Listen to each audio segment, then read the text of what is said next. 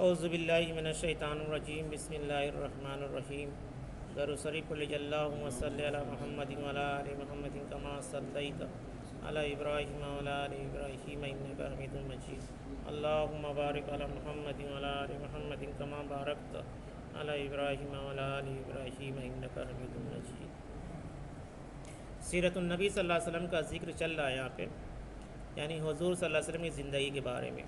کل ہم لوگوں نے یہاں تک کا بیان سن لیا تھا کہ قریش کے سردار جو ہے 7 آدمی مل کر اپنے پارلیمنٹ میں جو ہے یعنی دارالندوہ میں جو ہے یہ فیصلہ کرتے ہیں کہ حضور صلی اللہ علیہ وسلم کا قتل کر دیا جائے، اور اسی کی پلاننگ کے تحت جو ہے وہ کام کرنے کو تیار ہو جاتے ہیں۔ آج جو آگے کا واقعہ ہوگا تو سارے مکہ میں جتنے مسلمان تھے سب ہجرت کر چکے تھے، صرف اللہ کے رسول صلی اللہ علیہ وسلم بچے ہوئے تھے، ابو بکر صدیق رضی اللہ، علی رضی اللہ اور کچھ جو نہیں جا سکتے تھے، کیونکہ اللہ کے رسول صلی اللہ علیہ وسلم کو اجازت نہیں اللہ نے دی تھی کہ آپ ہجرت کریں۔ جب وہی لے کر جبریل علیہ السلام آئیں گے، آج وہی واقعہ ہے کہ نبی صلی اللہ علیہ وسلم کی ہجرت، جب نبی صلی اللہ علیہ وسلم کے قتل کی مجرمانہ قرارداد طے ہو چکی تو حضرت جبریل علیہ السلام اپنے رب تبارک و تعالیٰ کی وہی لے کر آپ صلی اللہ علیہ وسلم کی خدمت میں حاضر ہوئے، یعنی وہی مطلب خبر، اللہ کی طرف سے پیغام۔ آپ کو قریش کی سازش سے آگاہ کرتے ہوئے بتلایا کہ اللہ تعالیٰ نے آپ صلی اللہ علیہ وسلم کو یہاں سے روانگی کی اجازت دے دی ہے، اور یہ کہتے ہوئے ہجرت کا وقت تعین بھی فرما دیا، یعنی کس ٹائم نکلنا ہے۔ آپ صلی اللہ علیہ وسلم یہ رات اپنے بستر پر نہ گزاریں جس پر اب تک گزارا کرتے تھے، یعنی جبریل علیہ السلام نے آ کر یہ بات بتا دی۔ اس خبر کے بعد نبی صلی اللہ علیہ وسلم ٹھیک دوپہر کے وقت ابو بکر رضی اللہ عنہ کے گھر تشریف لے گئے تاکہ ان کے ساتھ ہجرت کے سارے پروگرام اور مرحلے طے فرما لیں۔ حضرت عائشہ رضی اللہ عنہ کا بیان ہے کہ ٹھیک دوپہر کے وقت ہم لوگ ابو بکر رضی اللہ عنہ کے مکان میں بیٹھے تھے، کسی کہنے والے نے ابو بکر رضی اللہ عنہ سے کہا کہ یہ رسول اللہ صلی اللہ علیہ وسلم ڈھانکے تشریف لا رہے ہیں، ایسا وقت تھا جس میں آپ صلی اللہ علیہ وسلم تشریف نہیں لایا کرتے تھے۔ ابو بکر رضی اللہ نے کہا، میرے ماں باپ پر قربان، آپ صلی اللہ علیہ وسلم اس وقت کسی اہم معاملے کی وجہ سے تشریف لائے ہیں۔ حضرت عائشہ رضی اللہ بیان کرتے ہیں کہ رسول اللہ صلی اللہ علیہ وسلم تشریف لائے، اجازت کی طلب کی، آپ صلی اللہ علیہ وسلم کو اجازت دے دی گئی اور آپ صلی اللہ علیہ وسلم گھر کے اندر داخل ہوئے۔ پھر ابو بکر رضی اللہ عنہ سے فرمایا، تمہارے پاس جو لوگ ہیں انہیں ہٹا دو۔ ابو بکر رضی اللہ عنہ نے کہا، بس آپ کی اہل خانہ ہی ہے، یعنی حضرت عائشہ رضی اللہ عنہ۔ آپ صلی اللہ علیہ وسلم، میرے باپ پر فدا ہوں، اللہ کے رسول آپ صلی اللہ علیہ وسلم فرمایا، اچھا تو مجھے روانگی کی اجازت مل گئی، یعنی ہجرت کا حکم مل گیا ہے۔ ابو بکر صلی اللہ عنہ نے کہا، ساتھ اللہ کے رسول، میرے ماں باپ پر آپ پر فدا ہوں۔ رسول اللہ صلی اللہ علیہ وسلم نے فرمایا، ہاں۔ اس کے بعد ہجرت کا پروگرام طے کر کے رسول اللہ صلی اللہ علیہ وسلم اپنے گھر واپس تشریف لائے اور رات کی آمد کا انتظار کرنے لگے۔ رسول اللہ صلی اللہ علیہ وسلم کے مکان کا گھیراؤ، اب ادھر قریش بھی پلاننگ بنا لیے تھے آپ صلی اللہ علیہ وسلم کو قتل کرنے کی، نعوذ باللہ، تو ان کے آپ صلی اللہ علیہ وسلم گھر کا انہوں نے گھیراؤ کیا۔ قریش کے اکابرین مجرمین نے اپنا سارا دن مکہ کی پارلیمان دارالندوہ کی پہلے پہر کی طے کردہ قرارداد کے نفاذ کی تیاری میں گزارا، یعنی جو طے کر لیا تھا کہ ہم لوگ ایسا کریں گے۔ اس مقصد کے لیے ان اکابرین مجرمین میں سے 11 سردار منتخب ہوئے۔ 11 لوگ ان میں سے یہ ہیں، پہلا نام ہے ابو جہل بن حسام، دوسرا نام ہے حکم بن عاص، تیسرا ہے عقبہ بن ابی معیط، چوتھا ہے نضر بن حارث، پانچواں ہے امیہ بن خلف، چھٹواں زمہ بن الاسود، ساتواں تیمہ بن عدی، آٹھواں ابو لہب، نواں ابی بن خلف، 10واں نبیہ بن الحجاج، اور 11واں اس کا بھائی منبہ بن الحجاج، یعنی 11 لوگ جو ہے آپ صلی اللہ علیہ وسلم کے گھر کا گھیراؤ کریے۔ ابن اسحاق کا بیان ہے کہ جب رات ذرا اندھیری ہو گئی تو یہ لوگ ہاتھ لگا کر نبی صلی اللہ علیہ وسلم کے دروازے پر بیٹھ گئے تاکہ آپ صلی اللہ علیہ وسلم سو جائیں تو یہ لوگ آپ صلی اللہ علیہ وسلم پر ٹوٹ پڑیں۔ ان لوگوں کا پورا شوق وثوق پختہ تھا، یعنی ان کا ایک دم یقین تھا کہ ان کی یہ ناپاک سازش کامیاب ہو کر رہے گی۔ یہاں تک کہ ابو جہل نے بڑے متکبرانہ یعنی گھمنڈ میں کہا کہ اور مذاق اڑاتے ہوئے کہا کہ اپنے گھیرا ڈالنے والے ساتھیوں سے کہا محمد صلی اللہ علیہ وسلم کہتا ہے کہ تم لوگ اگر اس کے دین میں داخل ہو کر اس کی پیروی کرو گے تو عرب اور عجم کے بادشاہ بن جاؤ گے، پھر مرنے کے بعد اٹھائے جاؤ گے، تمہارے لیے اردن کی باغات جیسی جنتیں ہوں گی۔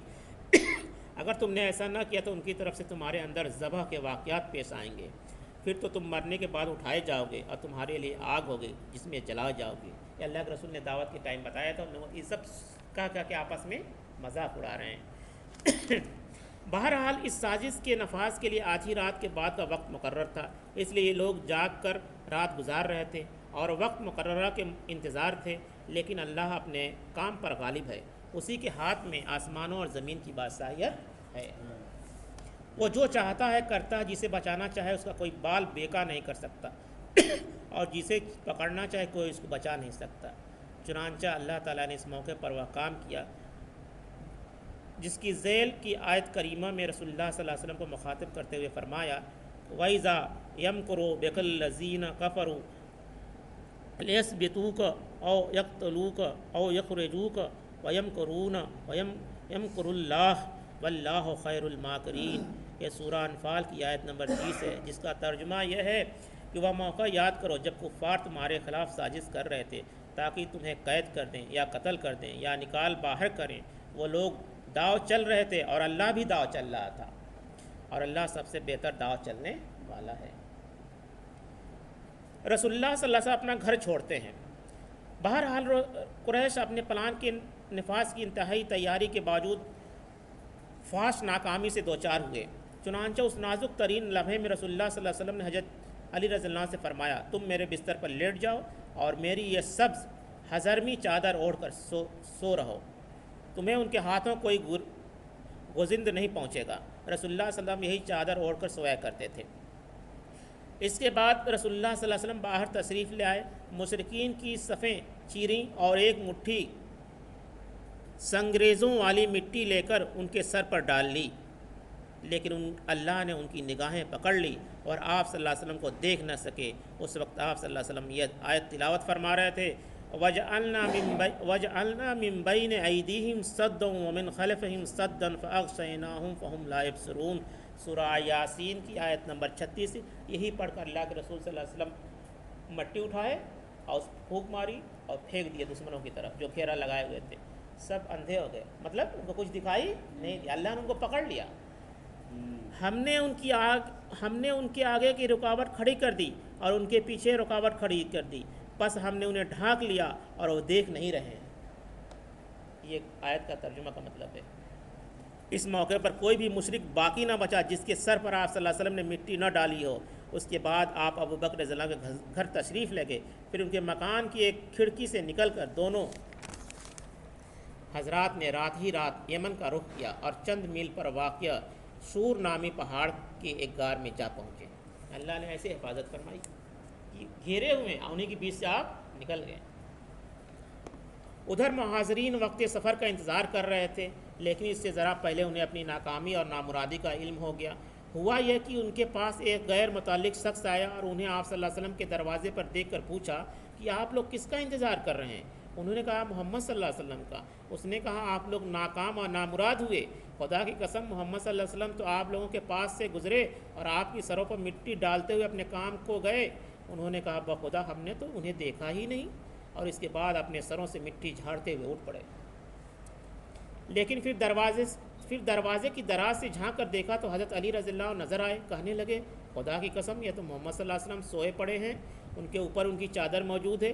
چنانچہ یہ لوگ صبح تک وہیں ڈٹے رہے۔ ادھر صبح ہوئی اور حضرت علی رضی اللہ عنہ بستر سے اٹھے تو مشرکین کے ہاتھوں کے طوطے اڑ گئے۔ انہوں نے حضرت علی رضی اللہ عنہ سے پوچھا کہ رسول اللہ صلی اللہ علیہ وسلم کہاں ہے؟ حضرت علی رضی اللہ عنہ نے کہا مجھے معلوم نہیں، کیونکہ آپ نے تو بتایا نہیں تھا۔ علی رضی اللہ عنہ کو بس حکم دیا کہ یہ سو جاؤ، تو آپ سو گئے وہاں پہ، یعنی ان کو جو ہے کچھ پتہ ہی نہیں چلا صبح تک۔ اب جو یہ آگے کا سفر ہے ایک تھوڑا سا ہے پڑھ دیتا ہوں۔ گھر سے غار تک کا واقعہ ہے کہ رسول اللہ صلی اللہ علیہ وسلم 27 سفر سن 14 نبوت مطابق 12-13 ستمبر 622 کی درمیانی رات اپنی مکان سے نکل کر جان و مال کے سلسلے میں اپنے سب سے قابل اعتماد ساتھی ابو بکر رضی اللہ عنہ گھر تشریف لائے تھے، اور وہاں سے پچھواڑے کے ایک کھڑکی سے نکل کر دونوں حضرات نے باہر کی راہ لی تھی تاکہ مکہ سے جلد از جلد یعنی طلوع فجر سے پہلے پہل باہر نکل جائیں۔ چونکہ نبی صلی اللہ علیہ وسلم کو معلوم تھا کہ قریش پوری جان فشانی سے آپ صلی اللہ علیہ وسلم کو تلاش میں لگ جائیں گے، اور جس راستے پر پہلے ان کی نظر اٹھے گی وہ مدینہ کا کاروانی راستہ ہوگا جو شمال کے رخ پر جاتا ہے، اس لیے آپ صلی اللہ علیہ وسلم نے وہ راستہ اختیار کیا جو اس کے بالکل الٹ تھا، یعنی یمن جانے والا راستہ جو مکہ کے جنوب میں واقع ہے۔ آپ صلی اللہ علیہ وسلم راستے پر کوئی 5 میل کا فاصلہ طے کیا اور اس پہاڑ کے دامن میں پہنچے جو سور نام کے نام سے مشہور ہے۔ یہ نہایت بلند اور پر بیچ اور مشکل چڑھائی والا پہاڑ ہے۔ یہاں پتھر کی بھی کثرت ہے جن سے رسول اللہ صلی اللہ علیہ وسلم کے دونوں پاؤں زخمی ہو گئے، اور کہا جاتا ہے کہ آپ صلی اللہ علیہ وسلم کے نشان قدم چھپانے کے لیے پنجوں کے بل چل رہے تھے، اس لیے کہ آپ صلی اللہ علیہ وسلم کے پاؤں زخمی ہو گئے تھے۔ بہرحال وجہ جو بھی رہی ہو، حضرت ابو بکر رضی اللہ عنہ نے پہاڑ کے دامن میں پہنچ کر آپ صلی اللہ علیہ وسلم کو اٹھا لیا اور دوڑتے ہوئے پہاڑ کی چوٹی کے ایک غار کے پاس جا پہنچے جو تاریخ میں غار سور کے نام سے معروف ہے، یعنی مشہور ہے۔ آپ صلی اللہ علیہ وسلم وہاں تک پہنچ گئے۔ اب کل اس کا اگلے واقعہ بیان ہوگا کہ غار میں کیا کیا واقعہ ہوا، کس طرح سے پھر آپ وہاں سے کتنے دن رہے۔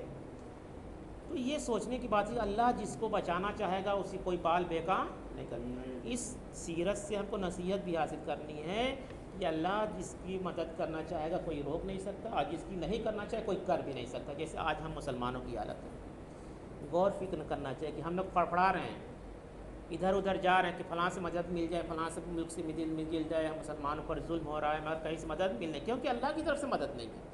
اللہ جب چاہے گا تبھی کوئی انسان آپ کی مدد کرے گا، نہیں تو بڑا مشکل کام۔ اس لیے ہمیشہ اللہ سے مدد مانگو، ایاک نعبد و ایاک نستعین، اللہ ہم تیری عبادت کرتے ہیں تو اس سے مدد مانگتے ہیں اور کسی سے نہیں۔ اور قرآن کی آیت بھی ہو تو عز من تشاء و تذل من تشاء، اللہ چاہے جس کو عزت دے، جس کو چاہے ذلت دے۔ تو اللہ کو اپنے نبی کو بچانا تھا، اپنے رسول کو بچانا تھا، کسی کی مجال ہے کہ کوئی نقصان پہنچا دے گا؟ یہ ہو ہی نہیں سکتا۔ آئیے اللہ سے دعا کریں، اللہ تعالی ہم سب کو سیرت النبی صلی اللہ علیہ وسلم کی زندگی کے مطابق گزارنے کی طاقت عطا فرمائے۔ اے اللہ ہمیں گناہوں سے بچنے کی طاقت عطا فرمائے اور صراط مستقیم پہ چلنے کی طاقت عطا فرمائے۔ اے اللہ ہم گناہ گار ہیں، اے اللہ ہمارے گناہوں کو بخش دے۔ ربنا لا تؤاخذنا ان نسینا او اخطأنا ربنا ولا تحمل علينا إصرا كما حملته على الذين من قبلنا ربنا ولا تحملنا ما لا طاقة لنا به واعف عنا واغفر لنا وارحمنا انت مولانا فانصرنا على القوم الكافرين۔ یا اللہ ہم میں جو بیمار ہیں ان شفا کاملہ عاجلہ عطا فرما۔ اللہم عافنی فی بدنی، اللہم عافنی فی سمعی، اللہم عافنی فی بصری، لا الہ الا انت ولوالدی وللمؤمنین والمؤمنات۔ یا اللہ فلسطین مسلمانوں، یا اللہ مدد فرما، یا اللہ ظالموں کے ظلم سے نجات دلا دی، یا اللہ مکاروں کے مکاری سے اللہ ان کو بچا لے، یا اللہ ان پہ تو رحم فرما دے، یا اللہ ان پہ تو رحم فرما، یا اللہ ہندوستان کے مسلمانوں کو بھی اللہ تو رحم فرما، یا اللہ ہم سب کو بھی ظالم حکمران سے نجات دلا دے۔